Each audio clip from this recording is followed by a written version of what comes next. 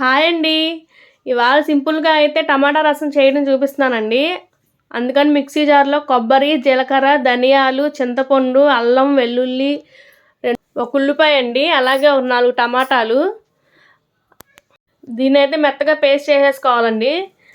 దీన్ని ఒక గిన్నెలో అయితే వేసుకొని దీని నిండా వాటర్ అయితే పోసేసుకోండి. ఇందులోనే టేస్ట్ సరిపడగా కారం, ఉప్పు, పసుపు కూడా వేసేసుకోండి. ఒక చిన్న బెల్లం ముక్క అండి, అలాగే 2 పచ్చిమిరపకాయలు, కొత్తిమీర రసంలో మరగడం వల్ల రసం టేస్ట్గా ఉండిద్దండి.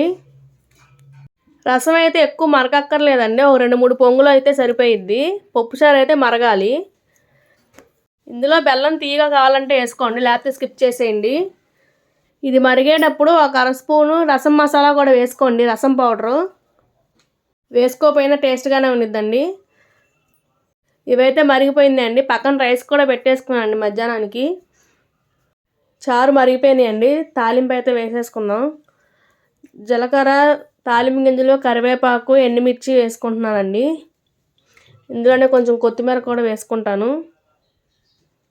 తాలింపు వేగాక రసం వేసుకోవడం అండి, అంతే అండి. చాలా సింపుల్గా అయితే రెడీ అయిపోయింది, చాలా టేస్ట్గా కూడా ఉండిద్ది.